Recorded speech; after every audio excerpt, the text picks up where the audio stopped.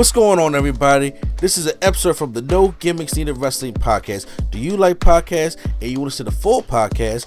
Make sure you check out the No Gimmicks Needed Wrestling podcast on all your podcast platforms, such as Apple Podcasts, Google Podcasts, Stitcher, Spotify, iHeartRadio, among many others. But you're listening to the episode right here on YouTube, so make sure you hit that like button and below, and make sure you hit the subscribe button to NC Studios and NC Level Up for all your gaming needs. This is the Nerd Coalition. Enjoy the show.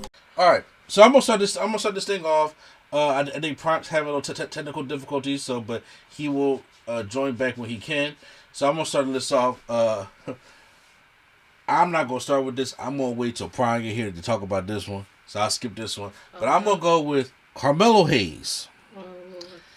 Now I already know we make fun of Trick Williams, especially with NXT 2.0 starting off. But one of the bright shiny things, one of the last so random. What, Trick or Carmelo? Trick. Where did he come from? Exactly. Where did he come from? But however, Carmelo Hayes is like the last standing thing that came out of Black and Gold, because he was part of the Triple H's breakout tournament. Carmelo Hayes is not a WWE guy. He actually has indie background too, but they still keeping him. So I'm not arguing. And he won the breakout tournament in the finals against Odyssey Jones. And then he went on to win that contract. And then he came and then he introduced Trick Williams on 2.0. And then for some reason, they've been getting over. He's a heel.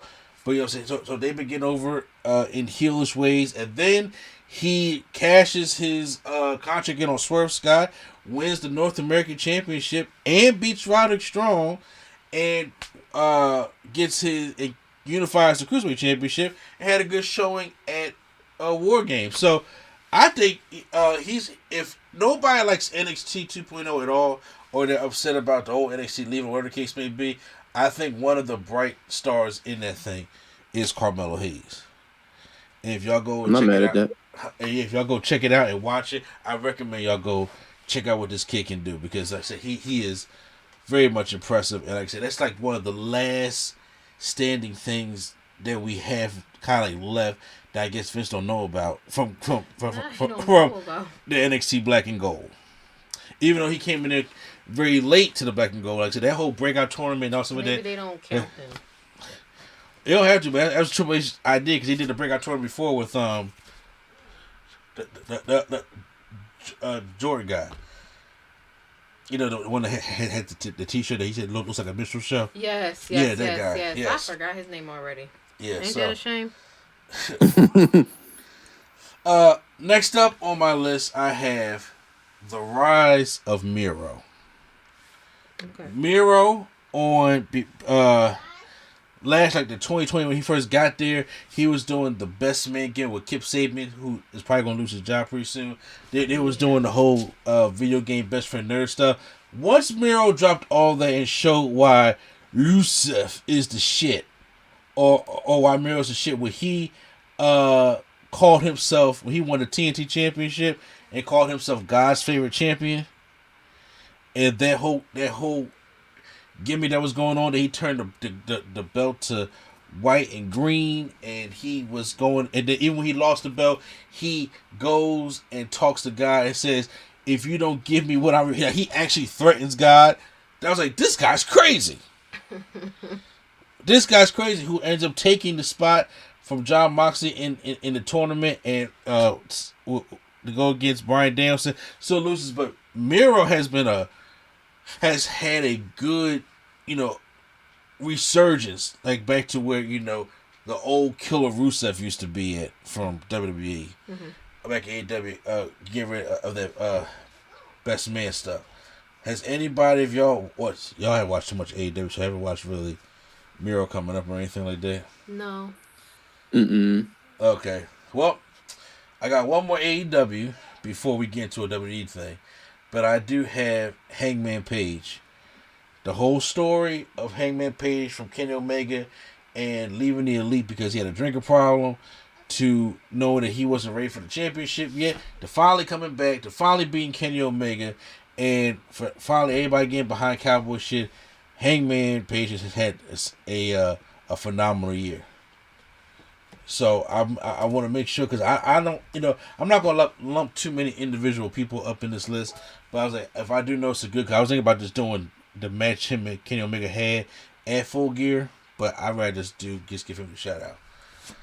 Also, what I have Farmer Brock and Roman Reigns. I decided to lump them together. Hey yo. Farmer Brock. Yeah, Farmer Brock. And first of all, y'all, Beard Lesnar is great. He's a good time. Q Flow. I haven't had this much fun with Brock since Brock Party. Oh, and that was short-lived. I was like, y'all gotta understand something. People who watch Brock now don't remember Brock from 2003. So there was a time that Brock, when he broke off with Paul Heyman, he was a babyface. Mm-hmm. Brock had hella personality. Yeah.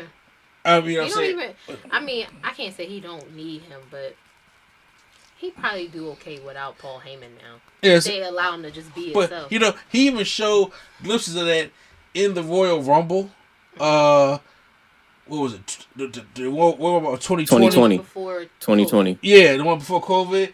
And I was just like, yo, the man was out there having a good time. He was dancing to MVP's music when he came out, hugging Shelter. The Keith Lee reaction. Yeah, one of his best friends. Oh, his legit reaction to like when people like Keith Lee was coming out. He's like, oh, that's a big motherfucker. I was just like, yo, this man's just like, you know what? Cut this shit, man. I'm getting old. I don't care. Who has time to keep up the airs? I'm out here. I could be a legit killer, but I don't care. But then also, you got Q-Flow's dude, and that's the tribal chief Roman Reigns, and how much of a great year this man has had. You know what? Yes, sir. I will say yes, is sir. the highlight of 2021. Acknowledge him. I was really sick of seeing Roman Reigns just as Roman Reigns. Mm-hmm. Mom's apple pie. So it was nice to see him break out, especially after the whole after him coming out and announcing that he was sick again, and everybody giving him, and people was really out here on that. It's not real, and they was like, well, is he gonna come? We still not gonna like him when he come back. Y'all trying to make us like. I mean, well, you do like him now, right? I mean, be on Roman Reigns' top. People who I seen saying, "Oh man, he corny." Like, okay, well, you on that shit now. Roman with the comeback is the only reason. I want you to hear this, Q. Only reason why Jimmy Uso got a job. That's very true. Oh yes, sir. Oh yes. If there was no Roman Reigns, guess what, Mr. A&E? Guess what? What? We the ones. That's why the Usos are on my list. But they definitely not. I'm sorry, bro. They all mine. Tag team gold, baby. No, I'm joking. Look, I like the bloodline. I got a bloodline shirt. Okay, so I got the white one.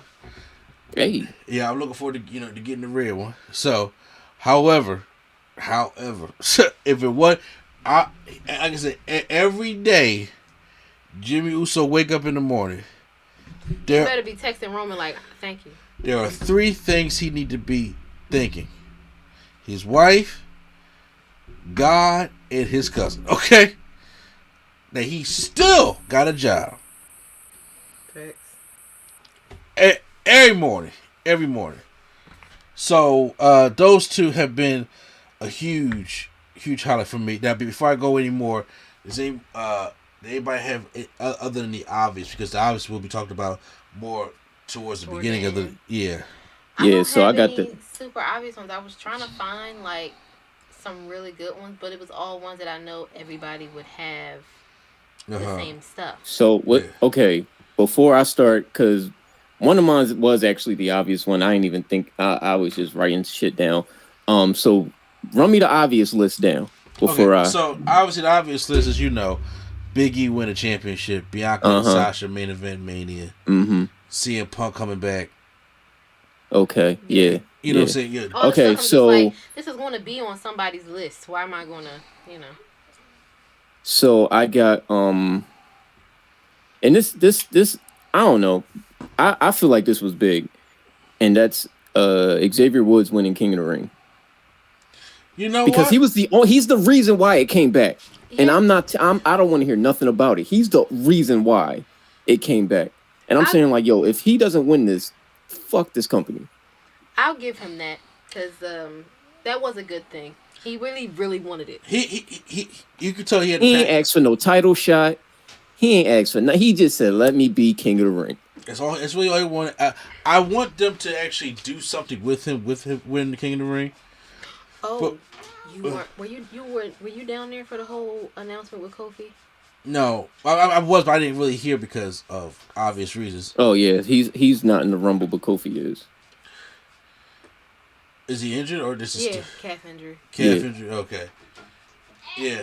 Well, I mean, you know, Kofi's gonna be in there. Kofi gonna do his Kofi shit. I might be, you know, I don't have a thing of like Kofi actually win the damn thing, you know. So that's obviously but I don't mind putting that on there because I liked seeing King Woods win that.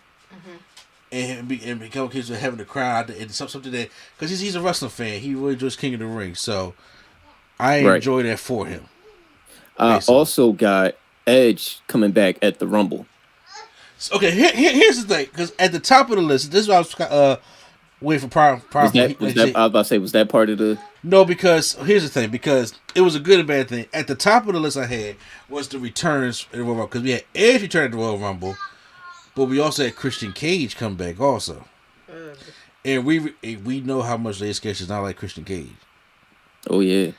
He rejuvenated his career this year. When everybody said his career was over, especially after that punt kick by Randy Orton, because, you know, he wasn't cleared to wrestle, but he got cleared, he came back, and then he left, and he took himself over to AEW, and Christian Cage came back and won the Impact World Championship. Like, he became the Impact World Championship again. This thing actually happened. So I was like, so that is what I had lined up with the at the beginning with the return of Christian Cage. So like an Edge and Christian type thing. Okay. But yes, Edge returning was a good thing. And then Edge won the Rumble. So I also like now another personal favorite. And it does include a return. It includes two technically, but it's just the sequence that it happened in. And that's John Cena returning, losing just for Brock to come back. At SummerSlam. Yeah. Okay. But it was like Roman won, and then Cena comes back. It's like, yo, what the hell? John Cena's back. Roman wins he beats Cena, and it's like, all right, cool, show's over. Then Beard Lesnar comes out, and I'm like, what the heck is who's next? Is he gonna beat Brock and then Taker come back? Like, what is going like? So here's the thing. I like seeing all that. Here's the thing. I think, me personally, they fumbled the Cena return. As big as a match is, like they booked Roman and Cena for SummerSlam, big match, cool. The problem with that is that's all they did. They booked the match, but had no story going into it. Only thing that was selling it was his name. There was no heat behind it. Everybody knew that it was just another body for Roman to beat. There was no like, well, you know what? They barely built up to like, see, let me go get, you know, number 17, or this, you know, it's like the summer Cena. Let me go out here and try to, I don't know. They just didn't do anything with it. It's just like the name of SummerSlam along with Cena and Roman Reigns is selling. That's it. And they didn't really do anything else with it. So that's why I didn't personally put that on my list. Brock coming back at SummerSlam, even though I think that was a panic move, Brock coming back at SummerSlam was still dope. I did enjoy Brock coming back at SummerSlam. So, but the whole Cena thing is like, when we went in there, you knew Roman. They had one believable near fall. And I was just like, okay, you kind of got me with that one. Like, about halfway, you kind of got me with that believable near fall. But if they had just put some more heat behind the match, I ain't just talking about, you know, spit bars on the mic. I'm talking about put some legit heat on there to the point where it's just like, now even Cena try to say, oh, look, all you can do is just pin you 1, 2, 3. and so they was rolling with that story for a while. All I need is 3 seconds, 1, 2, 3, and then I can become champion again.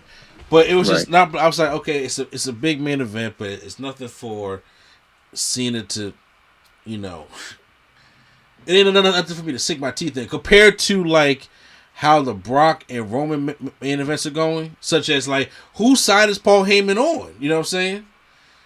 To the point where it's like, okay, I'm actually interested in Brock Lesnar's doing some of his best mic work that he's done his whole career. I'm actually genuinely entertained by him. I'm genuinely entertained as Roman Reigns as a heel, so I'm actually genuinely into a Brock Lesnar Roman feud opposed to the one that they had at WrestleMania 31 and WrestleMania 34, and then which was it? Saudi Arabia show they had? Was it the Greatest Royal Rumble or what the case? Crown Jewel. It had the cage match. Oh God, I don't remember. Yeah, they had a match. They had a match in Saudi Arabia, but they have been doing this obviously for a while. Then they had a couple of was it someone said, but they fought so many damn times. But this is going to be their third WrestleMania matchup, and I'm like, I'm curious to actually see what's happening. How they're going to actually put a cap on this damn feud type thing. But that's why I just couldn't. I couldn't put Cena up there yet. And what else did you have before we get to the main stuff?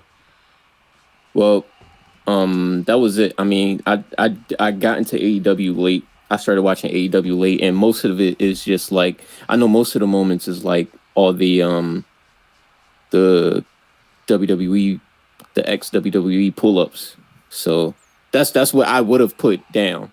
But I haven't really watched. I just started watching it, so I don't really have anything to put in the OMG moments because I'm pretty sure I missed most of it. I understand that. Well, I didn't want nobody thinking I'm being biased. I got a lot of AEW stans and WWE haters who be listening to the show. I mean, look, that toxic fandom as it is already. I should have put that in my worst last year because this AEW stuff is reminding me of like the Marvel and DC shit, and I'm sitting there like, y'all, you can like both. That's the it's just like, obviously, how do I say? You don't have to pick just one side. It's okay to like both, because the spirit of competition is what gets the rest of the business going. It brings it back, not quite, but it does bring it back to the 90s. All right, so we are back. Prime is back. Is here. What's going on, Prime? I had a little technical difficulties over there. What's up? I'm back. So we went to actually half the list. So I'm gonna just go run it over with you real quick, and you can give me your opinions. Actually, there was one I was waiting for because Q-Flow said the return of Edge at the Rumble, and I said the return of Christian Cage because we know my wife don't like Christian Cage, but I was like, I know Prime like Christian Cage, so if he agreed with that one. I also said, so the return of Christian in general was like a good, because obviously he had his career taken away short, but yeah. What's crazy? I didn't know Christian had was he injured or something? Because I didn't know that. I thought he had concussions. Yeah, and he wasn't in the ring for like 7 years. Like he was like one of the forced retired things, but then somebody else cleared him, like they've been doing, and he went somewhere else, but somebody's gonna let him work. Yeah, because he was supposed to fight Big E for the IC Championship like one night on Raw, and then like the next night, and just like, nope, he not fighting, and then he just retired. Oh wow! Yeah, so he made the comeback. So I put that on there. I also, these are other things I said. Prime. I said Carmelo Hayes. I said the rise of Miro. I said Hangman Page, and I said Farmer Brock and Roman Reigns. That's where I stopped at. Look, okay. Well, no, what was you gonna say? No, go ahead. Because you like this. Carmelo Hayes is good. You gonna put him on the best. Carmelo Hayes is good, but you ever put him on the best of the whole 2021 already? First of all, or you mean like for rookies? Okay, or the rookies we get to next week. But what I'm talking about is, I list all the accolades that the man has done. I was like, there's still one of. If there's any reason to watch NXT 2.0, it'll be for Carmelo Hayes. And I said he's one of the last people that came from Black and Gold. He won the breakout tournament this year, beat Odyssey Jones, teamed up with Trick Williams. Then he had the contract. He beat Swerve Scott for the North American Championship. Then, of course, had a good showing in War Games. And then got the Cruiserweight Championship from Rod, even though that was this year. But I'm saying, so he's had a damn good year. He's been one of the bright points, of course, next to Braun Breaker, to be watching NXT 2.0. That's why I had him up there. But I get what you're saying, but that's why I did have him up there. Okay, cool. And then I'm not finna argue. And I had the Farmer Brock and Roman Reigns. The most Brock I've been entertained since Brock Party. I told you Brock can be entertaining if they just let him just do stuff. Yeah, that's what I wanted to say about Roman too, because like even as a heel, as a face, when he tried to do some badass, I'm a badass, I'm Roman Reigns. When he tried to cut a promo, it was like he ain't really get no reaction until he start cussing you out. But now that he a heel, he could be a dickhead. Like he can just, now is even his promos is better with this whole heel turn, man. Suffering, I just wish we had the crowd. Like I only wanted the crowd back when they revealed him and Paul Heyman, because I know for a fact the crowd would have been like, what the, like, it would have broke the building down. But besides that, like, him turning heel, period, like, it's just better, man. So, now since you called up Prime, I'm going to go on with the list. You ready? Let's go. So, next up I have Crown Jewel. This is the only Saudi Arabia show. Whoa. Don't do that. What? I'm just saying, just because it was a good Saudi show, you gonna put on the best of the whole year? What else was good from show wise? Show wise. Okay, all right. And I'm just saying, because look, when I do best 2021, I'm trying to think like whatever was good in 2021, because there's things we had to like find. Okay, that was good 2021 because the worst is a little bit easier to do. But Crown Jewel, because everybody don't like the Saudi shows, okay? And everybody don't like the blood money shows, whether it's Super Showdown or the case may be, and they give you these crazy house show matches. Well, they actually gave you matches that go on with the feud. And the whole show, from top to bottom, was a damn good show. From the Hell in a Cell from Seth Rollins and Edge to Roman and Brock at the main event. And nobody knows which way Paul Heyman is going to go. They end up having a damn good showing for the whole show. And that was one of the better pay-per-view shows they had this year. Will we ever have another good Crown Jewel like this again? No, we won't. And you know that. But it was still a damn good show this year, though. You wouldn't agree? I agree. Let's see, because we had the Hell in a Cell match. We had the Roman and Brock, Becky and Bianca Belair, and Sasha Banks, that triple threat women's championship match was good. Everybody gave them 20 minutes. Big E, Drew McIntyre, Xavier Woods wins the King of the Ring. Nobody cared about the Queen of the Ring. RK Riddle comes out on a fucking camel. And then Goldberg actually had a good match with Bobby in a Falls Count Anywhere match. We spread him off the stage. It's the only good thing that Goldberg has done in a while. So I gotta give the nod to Crown Jewel this year for a Saudi show that did not stink the shit up. Next up, which I'm surprised Q did not have on his list, Bad Bunny. That was one of the things on my list. Okay. Bad Bunny came out there. I forgot about Bad Bunny. You know what it is, though? I was so proud of Bianca and Sasha. I don't forget. Well, Bad Bunny had the tag team match at Mania with Damian Priest against Miz and Morrison. And Morrison really helped him look good. But Bad Bunny reminded me of what Pat McAfee did the year before. Mm-hmm. You know, a celebrity coming in. It's just like, tearing the house out because they really a fan of it. That was the only reason why. But I know because a lot of people will be like, that's not the best moment. You got all these people coming. I think it's great when people come in and take it serious. Yeah. Like, if you want to do this. Like, train, figure out how to do these moves, how to take a bump, those kind of things. So, I think that was good because he did a decent job. He obviously did put the work in enough that actual wrestlers were like, you know what, I respect what you came in here and did. So, would you say it's about drive? It's about power? Okay, no. Okay, no. Come on now, bro. Like, why didn't we put that? Let me not say it wasn't the worst. I'm not gonna say the worst, but bro, I can't. It's about drive. It's about power. We stay hungry. We do value. Put in the work. You just literally explained all that. You just explained it. I did. Look, I'm sorry. I don't like. Why did he call him the? Never mind. Go ahead. Okay. So anybody want to add anything else about Bad Bunny? No. This man hit a Canadian destroyer. Like yeah, That happened. A good looking one on the outside on the floor. And like I said, props to John Morrison for helping him make him look great. So, you know, I already like Bad Bunny because he came out and was just like, look, I'm not finna come out and make music just for y'all comfort. Either you gonna like it or you not. And I was like, I respect that. So I was just like, okay.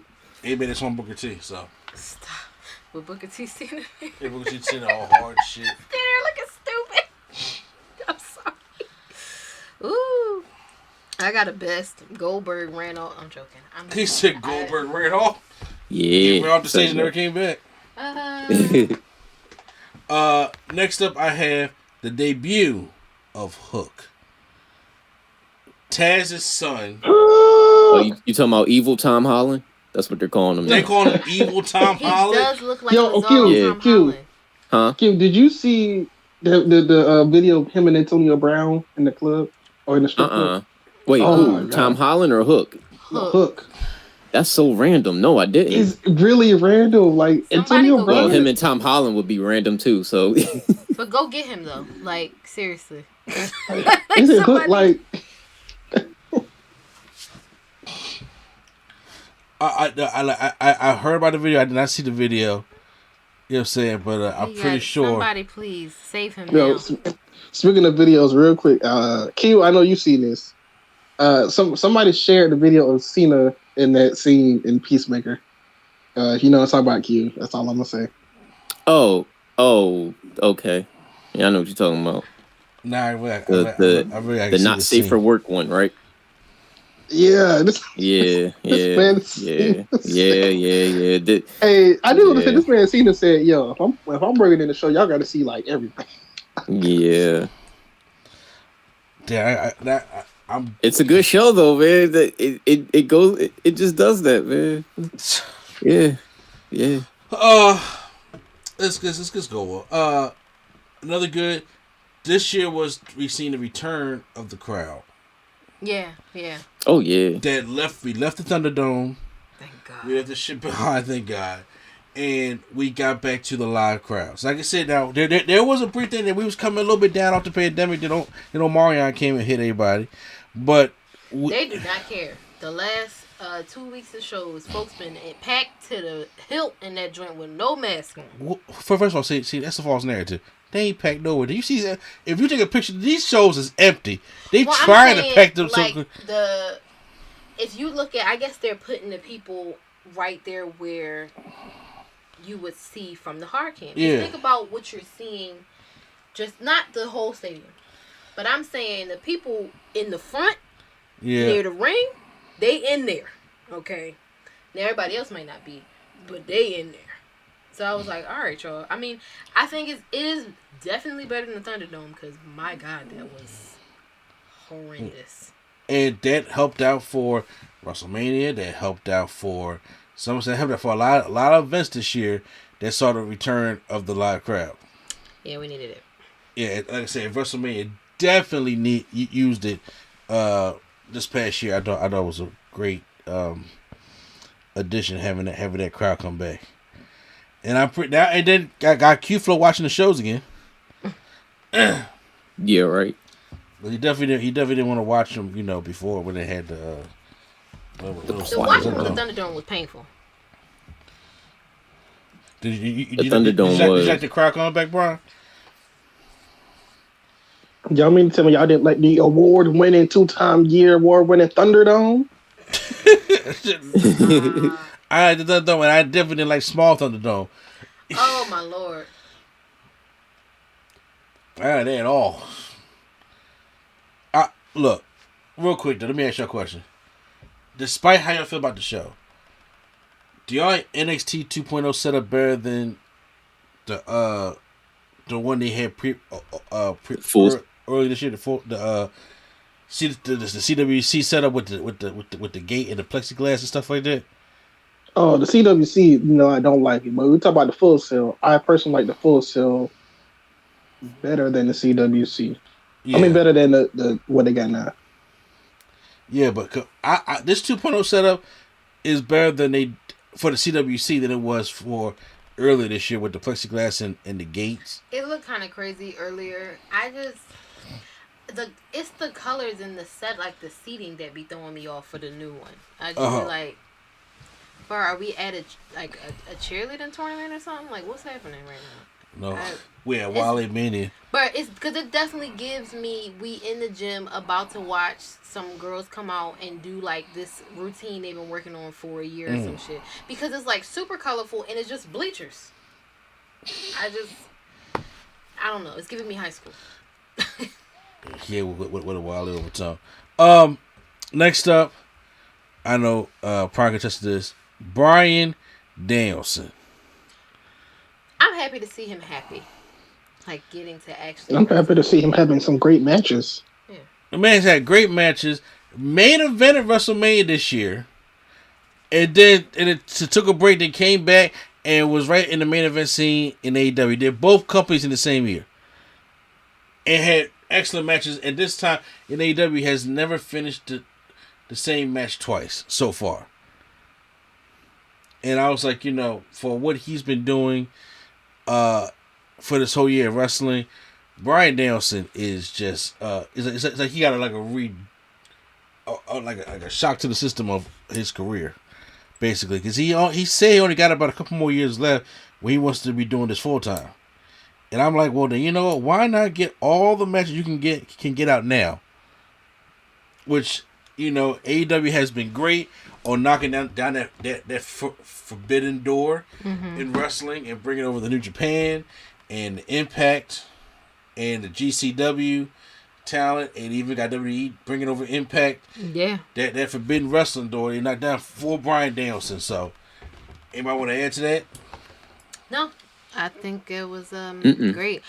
I mean, the only thing I was going to say was that's kind of related to it is a good thing was after everybody getting jerked around and get fired, to see some folks be able to pop up in other promotions, mainly AEW, and be able to like thrive there.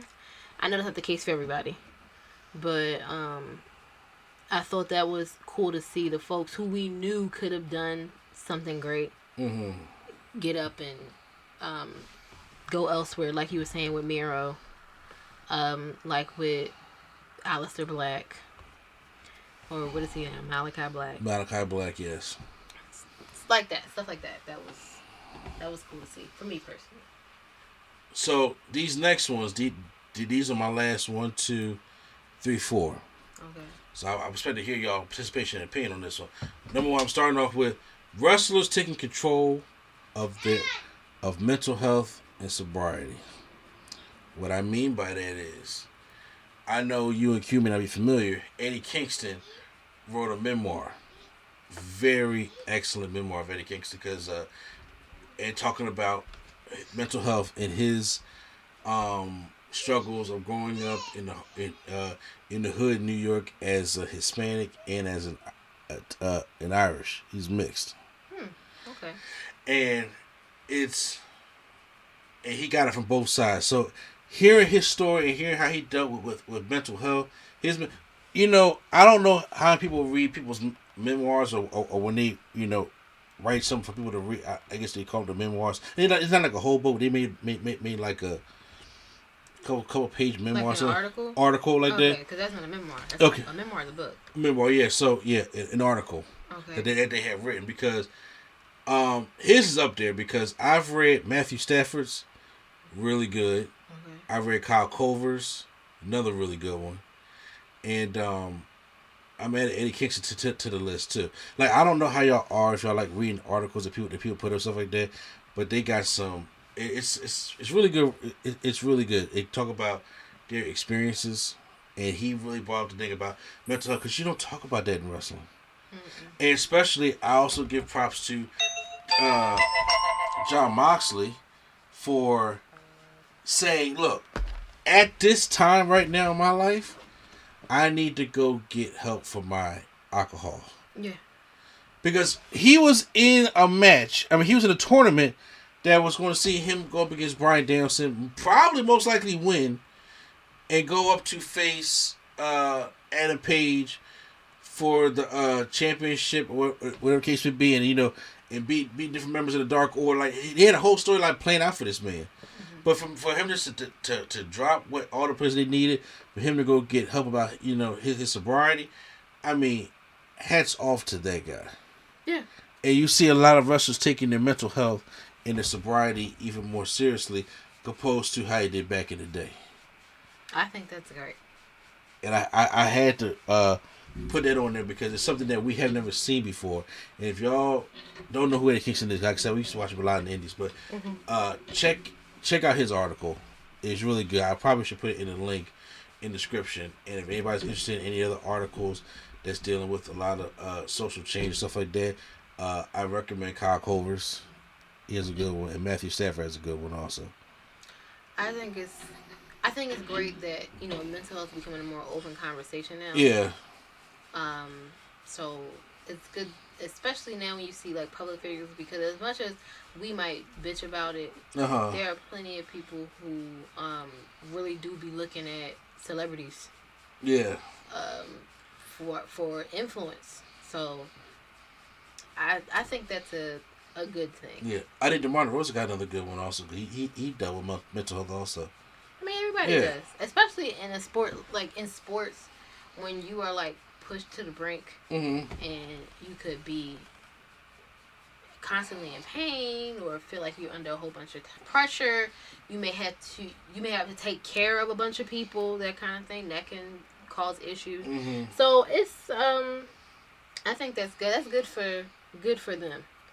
We got some other folks who need to work on it. Yeah, I say it. They gotta have a come to Jesus, but step at a time. Thoughts, y'all? Go ahead, bro. No, I'm just glad that people are coming out saying like, this is important to me. That they ain't bringing knives to work. What? Yeah, right. Come on now, people don't sharpen their knives up in the back no more. It's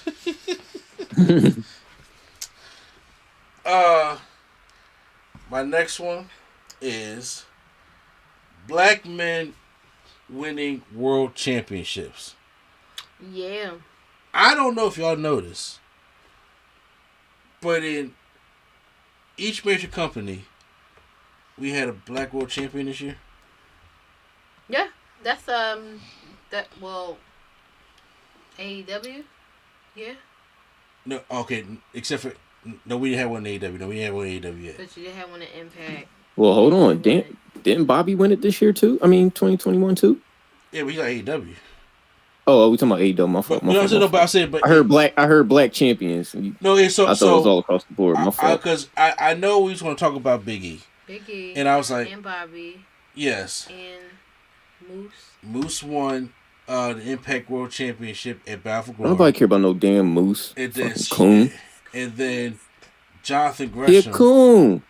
You don't care about him. No, but here's the thing, though, bro.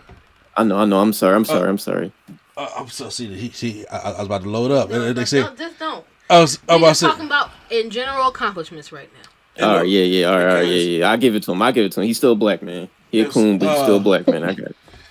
But I want you to actually take a look back and see how the wrestling scope is changing. We got ways to go, obviously.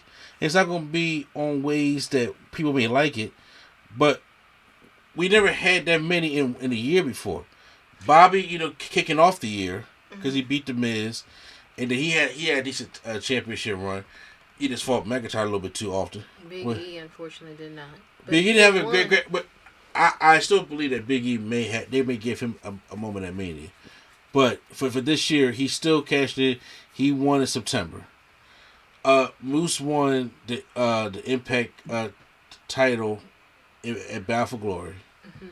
Then Jonathan Gresham, him and Jay Lethal went out there at Ring of Honor's Final Battle, and Jonathan Gresham won the classic Ring of Honor championship. Also won the classic Ring of Honor rules, like I explained to you last time, and then won the Ring of Honor championship. I mean, that's dope, and I think it's I think it's wild to me. Like, people will be like, "Oh, why do we still be talking about first, in record-breaking things?" If you really truly think about it, in WWE alone, there have only been 5, if I'm correct, right? 5 black men that have been heavyweight champions, correct? WWE. Each, 4. WWE champion. 5, 4. Rock, Kofi, Bobby, Big E. Where did I get 5? Maybe I was thinking about Booker T, but he's not. Him and Ron Simmons don't technically count. Yeah. There's no way in the world that if it's only 4, the 3 of them have been in the last 3 years. That's wild. Like, think about that. This is a company that has a legacy all the way back. What are we at? 40, 50 years now? 40 years? And it took to the 2010s to have multiple black champions. That's crazy. So it's like, you want to give folks their flowers. Yeah. Because we still got a ways to go. Because even with, I know it's not exclusive to them. Even when they do win it, it's not guaranteed that they'll have a decent run or anything. Yeah. Because of those 4, I would gather to say only 2 of them had a run that mattered at all. So, it's just, I don't know. It's great. I'm happy for them taking the steps, so that paving the way for future athletes. So they don't have to. So it's not as difficult. Yeah. But I think that's dope, and I just have to say the irony of you saying, "Oh, all the major promotions had a black champion, and AEW the only one after that whole big swole thing." It's funny. I'm sorry. It is funny. I get what you're saying. It's gonna happen. I know it's gonna happen. It's just funny in the moment because it's like she just did this, and y'all told her she was crazy, and they the only ones. I don't know. But yeah, because I was going to say all of them, but I guess you want to give Bianca her own moment. And Jade didn't technically win in 21, correct? That was 22. It's this year. Yeah. So you're giving that, but just seeing them go out there, like I said, I'm a fan of Jonathan Gresham. If you're not a fan, Jonathan Gresham looks like a swole James. Shut up, yo. Look him up. Okay. And what I'm saying, so he if I gotta look it up, y'all gotta look it up, or you got. They already know who Jonathan Gresham is. Okay, because ain't nobody agreeing or saying nothing. Q, your take on. Oh no, he does. your take on. He do. That's funny. I never seen Bo. Oh my god. Yeah, I used to watch Jonathan Gresham. It's Bizarro James. Look, I'm telling you, he was one of the bright spots of Ring of Honor. Oh, he's married to Jordan Grace? Yes. I didn't know that. I know who she is. Yeah, Jordan Grace is an Impact. She been trying to get him over there. I know who she is. I didn't know who he was. Yeah, I'm a fan of Jordan Grace. Lord, I scrolled by that too fast. Thought of the Confederate flag. Lord Jesus. Your thoughts on a 20 to 21 blackness? So I would have been more positive if they had allowed the Hurt Business to actually stick around. Please, but I know. Don't get them started. But I mean, well, shit, they done put the dagger, the final dagger on Monday. They damn sure did. But nah, I think it's a start. I guess it is more black champions than in 1 year, because what Bobby, Moose, and Big E was all 2021. That's a lot, unfortunately, but it's still a lot for 1 year. So I'm not too mad at it. I just, again, as far as WWE goes, I just hate how they did the Hurt Business, because it was like we seen. I know Triple H was running it, but still, Undisputed Era killed it with all the belts. So why not let the Hurt Business try? You know, I mean, there was a point we did have all the belts, but yeah, like yo, you know what's crazy? I'm saying, you know, I am also Bianca Belair too. I don't know why the heck she was not in my head, but her not only winning the title, but she's like, coming up next.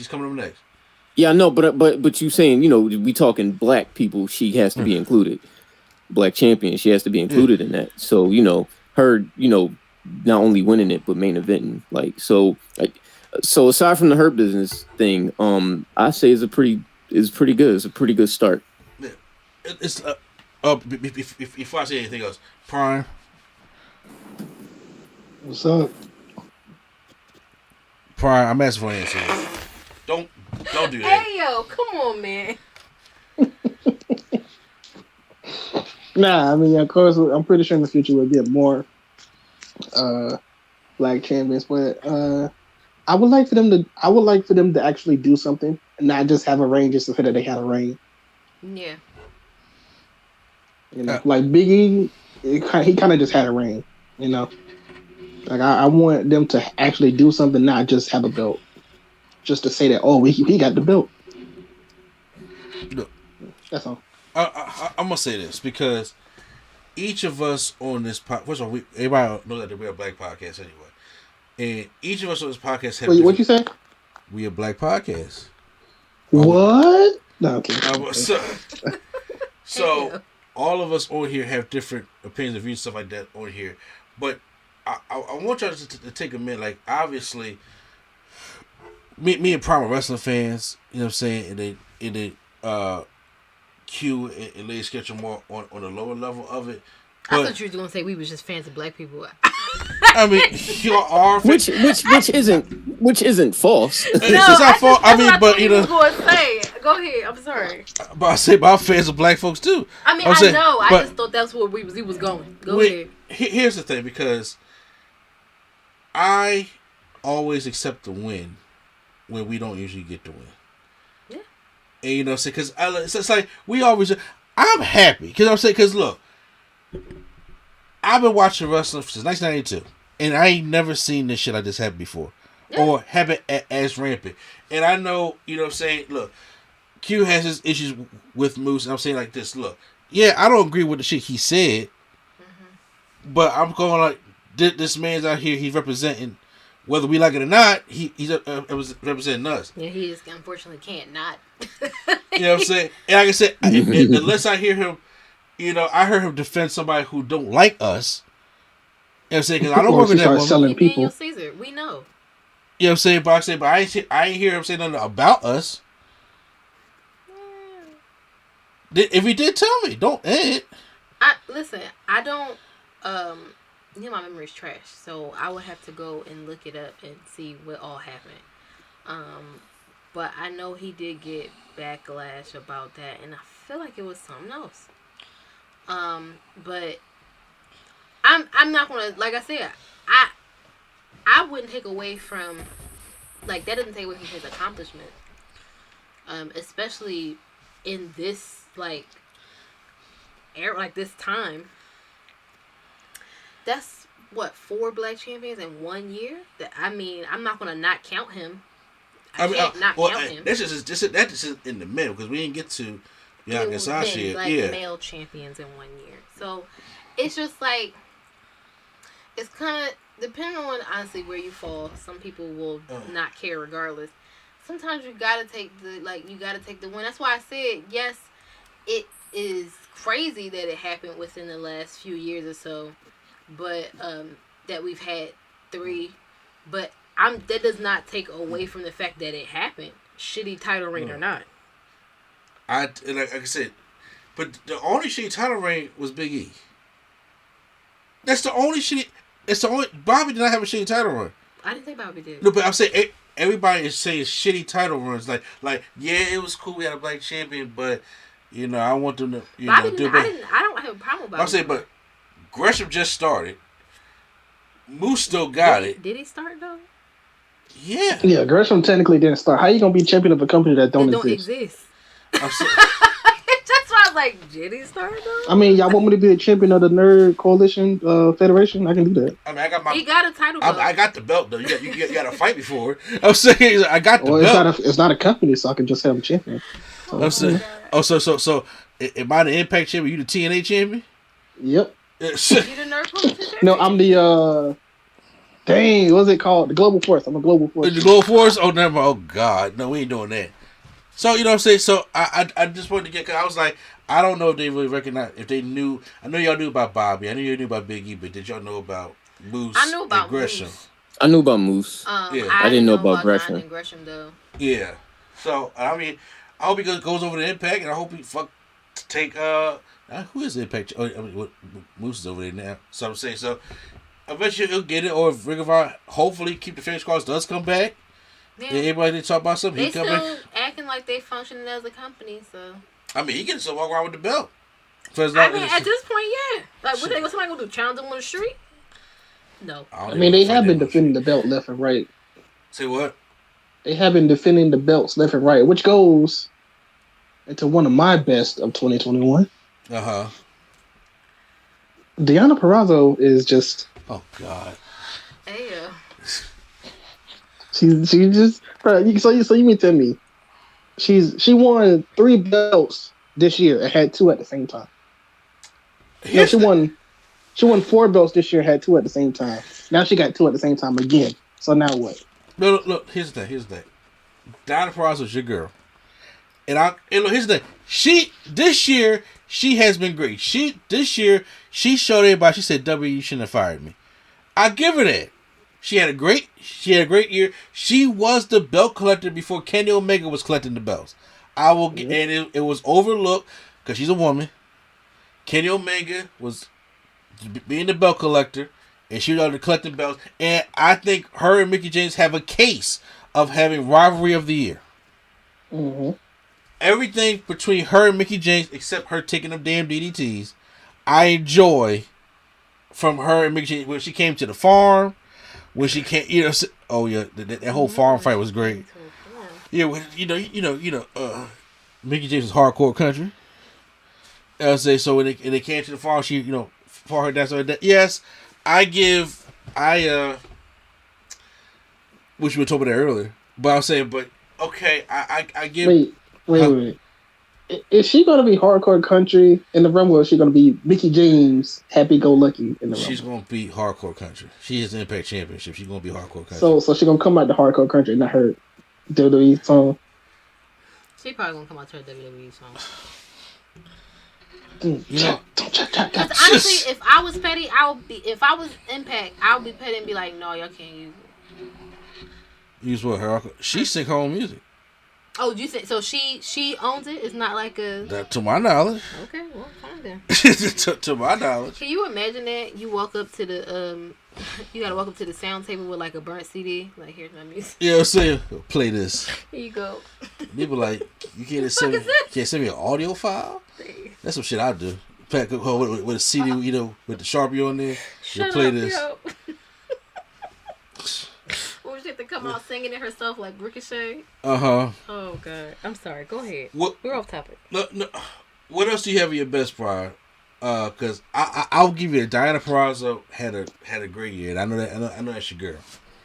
I got a feeling. Do you want me to just say it? Because I'm pretty sure some of these are going to be on your list. I mean, what I he said on his last couple things. I'm on my last 2. But I'm pretty sure one of these you have. So I'm saying like. Okay, so don't say the one that I have, which you already know. All right. Well, I'm just gonna say in general. Just in general, I'm gonna say. Oh, here we go. I'm ready. He about to say some BS. For me, even though it's probably the worst, it's definitely the worst. But it keeps me entertained, so I don't know. I don't know how I feel about it.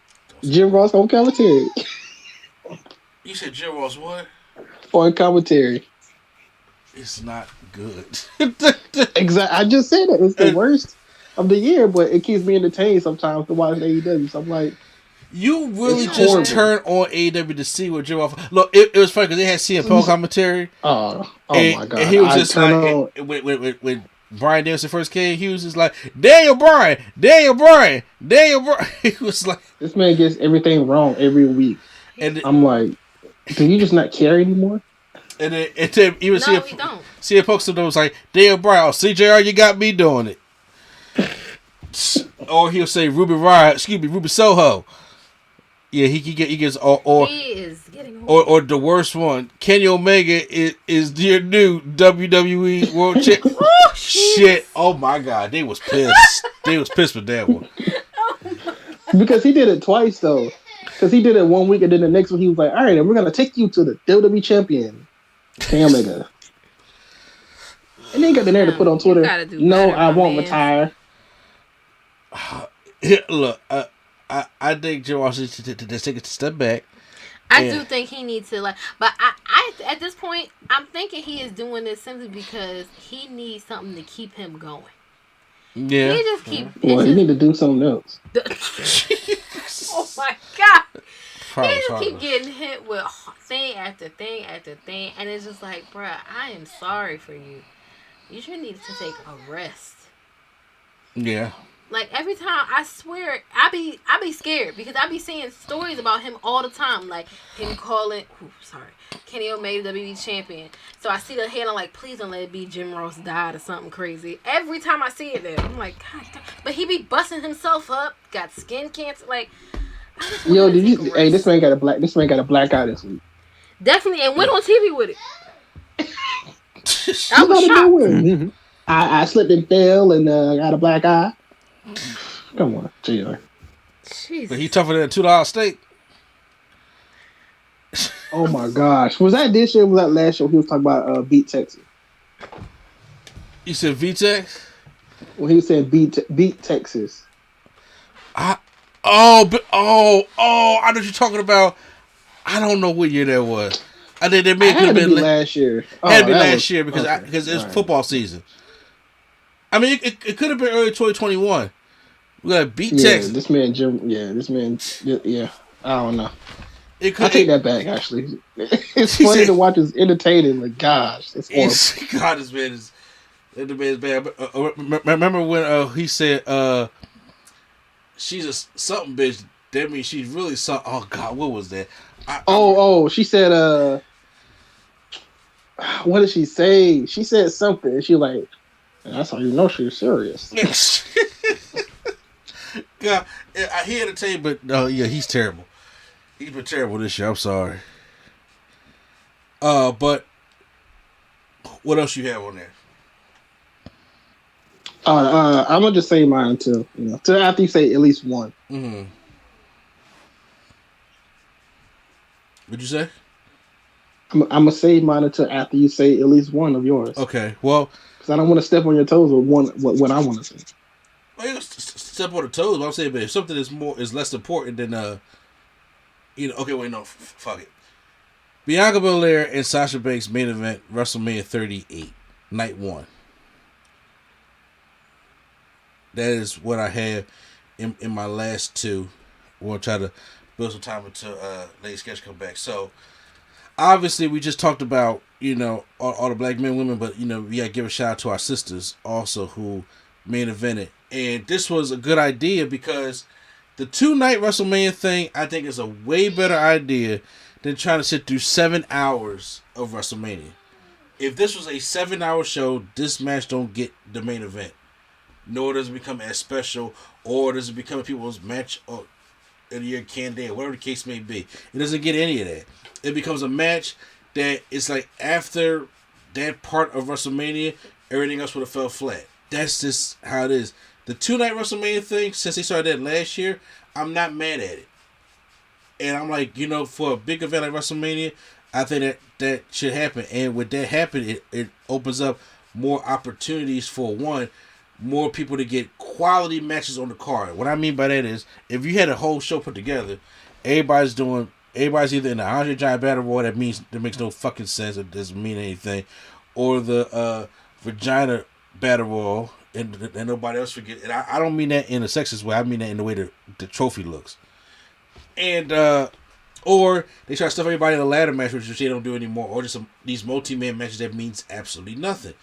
But if you give them a 2-night thing where it's like, okay, we can do this many matches on the first night and this many matches on the second night, kind of like how Wrestle Kingdom does it, then it's like, okay, it can flow better. Which gives Bianca and Sasha the chance to main event night 1. Now, was the story going into it the best story? Absolutely not. But it was more so for the meeting. Bianca won the Royal Rumble. Sasha Banks has already been killing it in there. And these two women... they have the arena in the palm of their hand because this means a lot to these women. It means a lot to us. And it should mean a lot to us if you have a pulse. Okay? And this woman's main event was way better than the overrated Charlotte, Becky, and Ronda main event. Sorry. It ain't because they black. It's because that match was botch after botch after botch. You know what I'm saying? So it's just like, okay. This one, they came out, they came prepared, and they had a damn good matchup. And they had some believable near falls. They're like, okay, you knew Bianca should be going there and winning, but there were some times that I thought Sasha may pull this shit out, and she made her look good. Bianca is in the ring crying. She's like she can't hold it back. Sasha's in her mode because she's professional, but once she looks at Bianca, she turns away because she's like, nah, because you better make me break down too. And they had a matchup, and after the matchup, I like just seeing the visual of Bianca's dad literally getting excited and falling over the barricade, which was hilarious to me. Just seeing that visual and just seeing Montez come out there celebrating her, and then of course you getting a cell phone video of somebody of Bianca in the corner, trying to sell her injuries, but in the same time being very, very happy and proud of Bianca. Like, she's trying to hold back tears, stuff like that. It was a great moment that, we may not get again. But I'm saying, or we may get often, but we don't know. But for what they did and what they did in that main event, it was great. I'm guessing we're talking about Sasha and Bianca? Yes. I'm here for it. Yeah. Black Girl Magic. I love it. Thoughts, people? Q Flo? You got nothing to say? Oh yeah, I'm here. I thought you were still going. My fault. No, So obviously, I mean, I don't know what more could be said. It was, I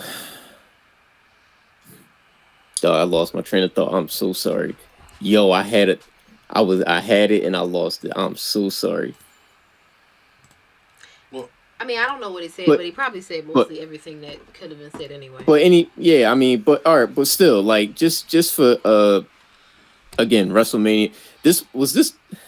I don't know if you mentioned it, but this was the first one with the crowd back, right? This was when we first had the crowd back, right? At 25% capacity.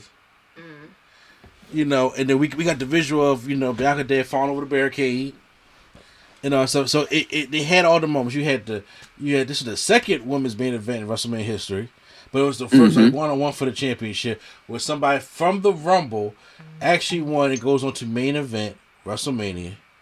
It's two women. It's two women of color. It's black women. It's two black women. And they're going in there, and the match was good because I'm sorry, like I said before, this matchup was better than the overrated Ronda, Charlotte, and Becky match, and it ain't because these. Bob Ford. Yeah, it ain't because these women were black. That match had botch after botch after botch. And maybe it could have been because of nerves, maybe because they could have been because they were the first women's main event in WrestleMania history. It's a lot going into that matchup, and a lot of miscues, stuff like that. You know, Ronda's still getting her feet wet. I mean, she's great, but she's I was about to say, getting... how many triple threat matches main event WrestleMania? This is that because we had the Roman one, we had the Triple H Shawn, and we had when Seth cashed in to him, Roman and Brock. Then we had Daniel. Okay, Bryan, so it sounds like there were more than I assumed. Yeah, so yes, there were more than I assumed. Then we had a lot of main event WrestleMania matches. Okay, but still, yeah, no, one, it was like a good match. That's the first thing, and it was a W for Black women, like, you know. Because we at least had like as Black men, we at least had Kofi Mania, so we had that moment. But like, I don't even know if like have Black women even been a main event, let alone at Mania. Like either shows in general, like pay-per-views. I say in recent history. I mean, in pay-per-view, first of all, recent history is all that's going to count. Women have main evented. No. Black women. Black women I'm being very specific. It's either like one is black and that's it. We never got two. Well, see, that's what I'm saying. Like this is a W for Black women, like specifically because it was two Black women in a main event at Mania, and not for nothing, would have was match of the night for the first card. It was. They outshot, yeah. So like, yeah, big moment.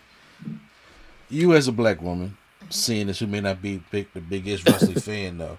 I like Bianca though. Do you like Sasha? I like Sasha too. But I was happy for her winning. I especially loved, even though I know it was technically like out of character or whatever, watching Sasha be proud of her. Yeah. Because it's such a, like, there's always a narrative with women, period, that it can only be one. Like, and we can't, or that we can be catty, or that we don't support each other. And I think it was really nice seeing her look on like the proud big sister kind of thing. So I thought that was great. Seeing her win was great. Seeing her prove that, like, she deserves this spot was great. Because Sasha, we've already seen her time and time again do great things. Yeah. And as much as we complain about, like, the new talent not getting the push, it was great to see Bianca in that spot. Because I think she's great. I think she has potential to go on and do great things. And for them to have the faith in her to do this with Sasha, I think was a step in the right direction and was cool. It was a good match to watch. Because it would have been, because it couldn't have been in the middle. It couldn't have been like, okay, this was, it was either going to be, they was going to say it was a bad match, or it was a great match. There is no way, you can't main event a Wrestlemania of all things and have a mediocre ass match, and this is like, oh, it has happened. And this is like a record breaking, like, this has never happened before type of thing. So that's a lot of pressure to put on your shoulders, because what happens if it was trash and then, like, so now this doesn't happen again kind of thing? Like I said, as long as you stay ready, you ain't gotta get ready. That's what Bianca said. As long as you stay ready, you ain't gotta get ready. So I'm proud of the both of them. I'm glad they did it. I'm glad Bianca won, even though I was wholly annoyed when she lost it. But that's another story for another day. Like I said, me and Prime keep arguing about this. I think they're gonna give it back to her. I think her and Big E get the moment at Mania. I don't know if they're gonna do it 2 years in a row. I don't see why they wouldn't. She is. Y'all gotta say something. I know the women's division is as big as my pinky right now. That's not even what I was gonna say. Bianca, you gotta look at Bianca's money right now. Mm-hmm. She's selling to all these little girls out here, especially little black girls. But I'm saying you got little white girls in it coming with a braid, just whipping it up. Now I say that if you look into the crowd, she's doing like back when I've been to a lot of events for me and Q and Prime and you and yourself too have been to a lot of events, and like I seen what Naomi does for girls back a couple years ago. Yeah, before the Globe, they kind of get played that. So when her stuff hits, they like her. Yeah, Vince like money. Mm-hmm. Okay, so it's just like shit. If he gonna have big time Bex lose again, and then so have Bianca that nickname by the way. I mean, so do I. But and then have Bianca, when again it's a possibility. I know we look at it like they're never going to do this for another. But I'm just saying, look, they ain't looking at money right now. I'm not saying they will. I'm just saying, like I know, and because this goes for plenty of folks. Like if it was too small, because Vince do not like small dudes. If it was two small dudes in the main event somewhere and they trashed up, like they stunk up the joint, he'd be like, "See, this is the reason why we don't do." Yeah. So daggone well, if they had not done well, it'd have been like, this is all the more reason why women can't main event, and it just so happened in this case it was two black women main event. So Sasha and Bianca, it was a good moment for everybody involved. I'm just glad that they are actually getting a chance. That's all. And they showcase they had one of the best matches on the whole show. So it's very good. We should get more of these. Probably won't, but we should. Look. I mean, I would love a Bianca. I mean, a Naomi and Sasha, because we never got that team bad, rivalry ender type thing.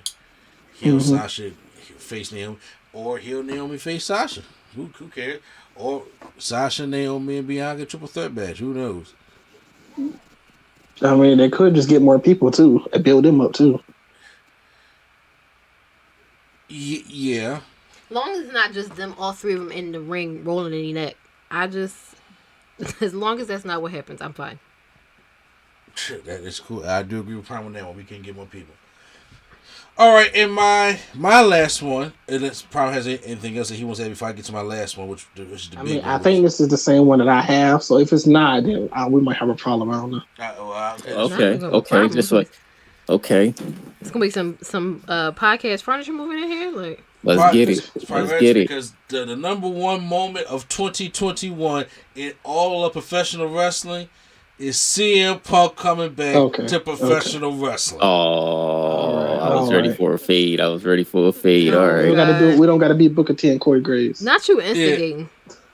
You gotta be Booker and Corey. You right. When I see you at the supermarket, I ain't gonna do it in the street. I'm gonna do it at the workplace. The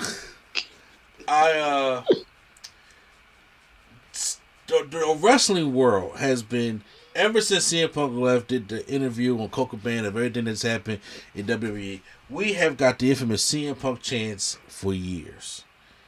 And everybody's wondering when the return of CM Punk's going to happen. He tried to go to UFC, got his ass knocked out twice. I was wondering, I was like, he's just going to gloss over this UFC attempt. No, he got his ass knocked out twice and realized, oh shit, this is not for me.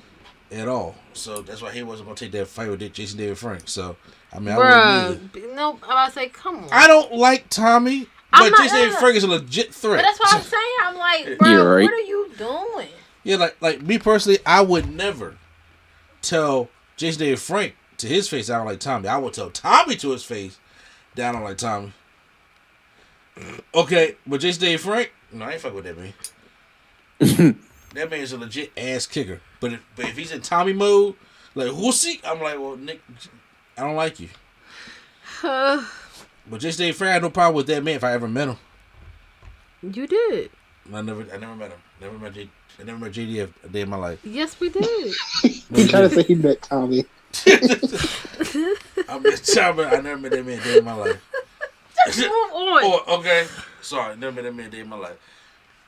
But how sweet was it when we got the news at Tony Khan that the rumors were circulating that CM Punk was coming back to AEW, and then they try to keep us on the hush to the point where it's like, because imagine if we live in social media age. Oh my God, the stadium would have exploded. It almost did. Here's the thing, even on proximate video on Sunday Night Football or Thursday Football, they was talking about some. Yo, isn't CM Punk will be coming back tomorrow on AEW? Because they know about the Rampage show like this. This is a Rampage like first came out. Yeah. Everybody was talking about CM Punk. We talk about him being on the Fox backstage show. Oh, because they thought that was the door opener because him go talk about wrestling. But I was like, no, WWE ain't smart. They ain't gonna bring him back. But I was like, but him to go to AEW and look, when I'm telling you, people was calling casual wrestling fans. Like, of my friends were calling me talking about some, yo, is it true that CM Punk is coming back? I'm like, these people, I said, I know y'all ain't watched wrestling in 7 years.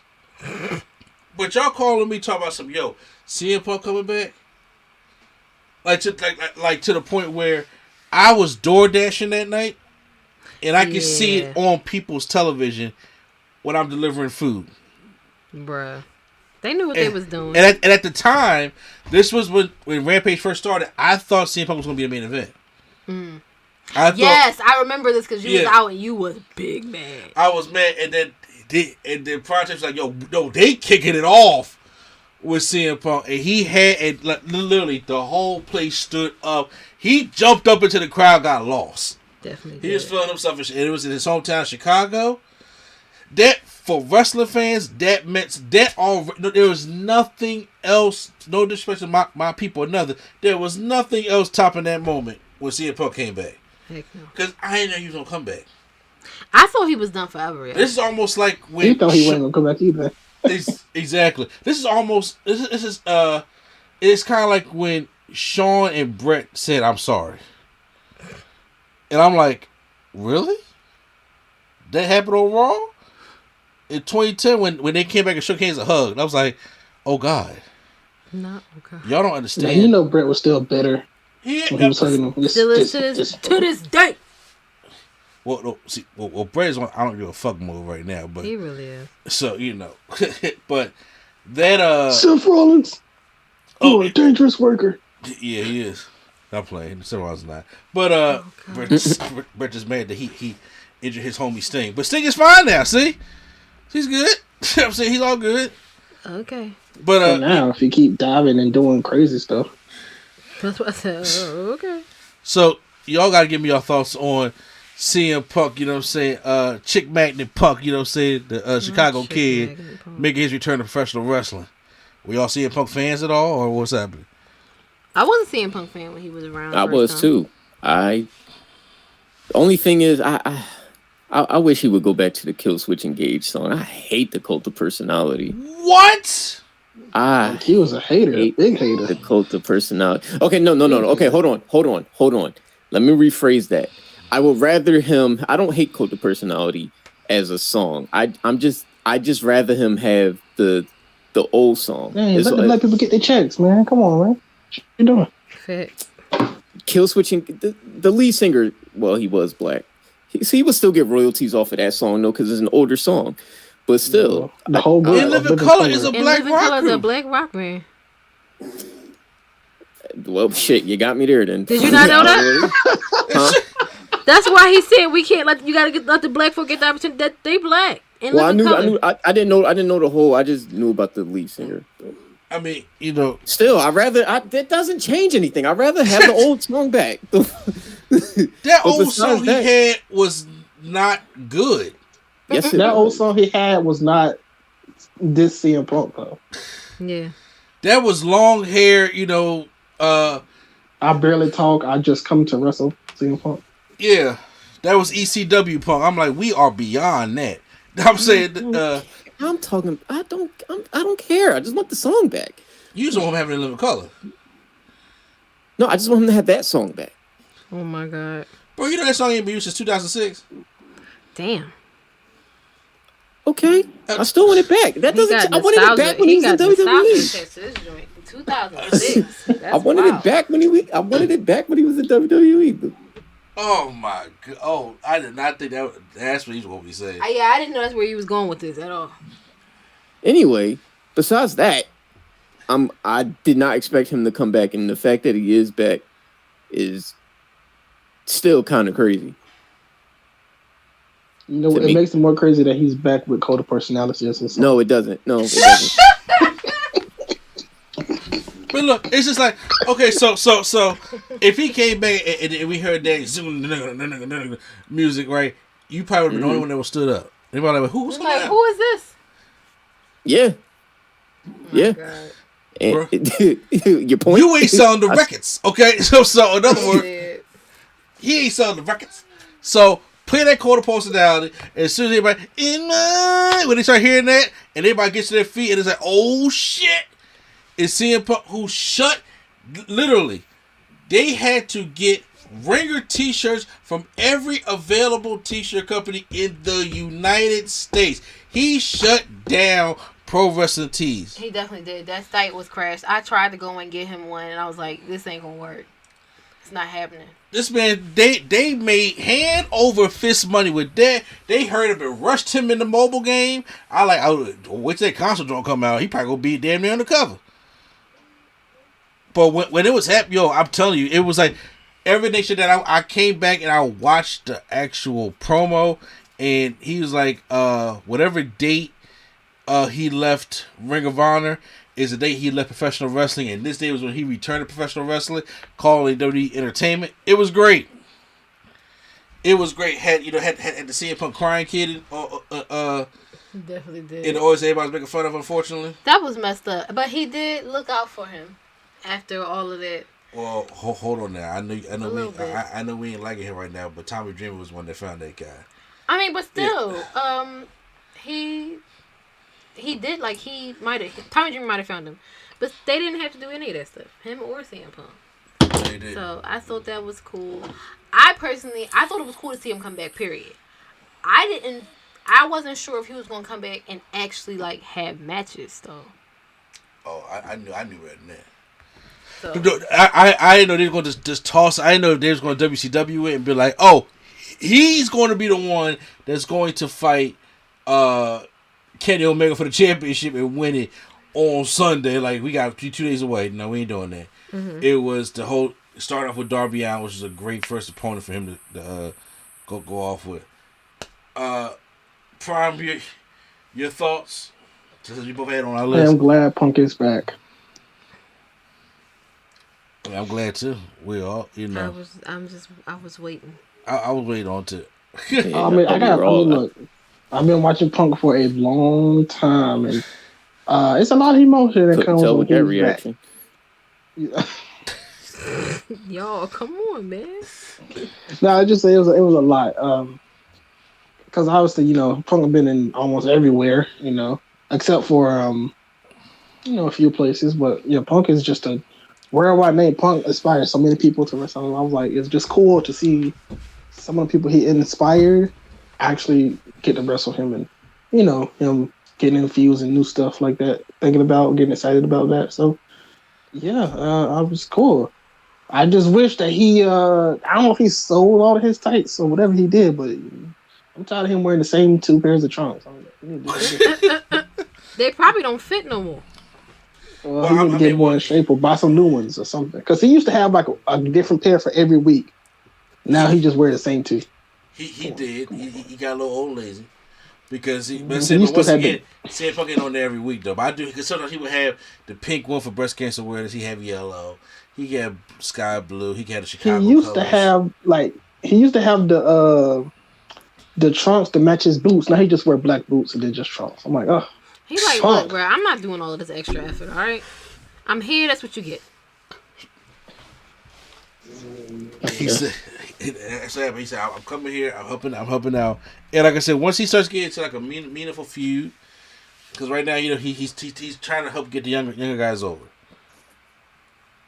So like I said, he came in, he called out. Yeah, remember when we thought Hook first match was gonna be against Punk? That's what I thought, because he called Punk called him out. But no. Why didn't that happen? Punk literally got this man over. He said, send Hook. Now everybody says, send Hook. everyone was like, "Oh, wait a minute, Hook can be set." No. Yeah. And then Hook and Punk should have. If he wrestled how he wrestled now, he could have did that against Punk in his first match. That would have been. Mm-hmm. That'd been. I'm saying, but I didn't want to build. I think they want to get Hook to be like a real threat. Because right now, if you put Hook up against Punk gonna probably win. But I'm like, but you get Hook to beat Cody for that TNT Championship. Yeah, that's not happening. Cody don't lose to Ricky's. Now when Cody try to be, you know what I'm saying, to say, I can't wait to see what Cody gonna say on Martin King Day. I was about to say, honorable mention, them curing racism. That's the best of 2020. Cody sent this man Anthony Ogogo into retirement. I haven't heard from him since. Well, he been on Dark. Yeah, like what, the past 2 weeks? He just now came back. That's what, over a year break? Well, guys, that was our best of 2021. Hope you guys enjoyed that one. Like I said, next week we'll get together our final thing for 2021, our wrestling reward, stuff like that.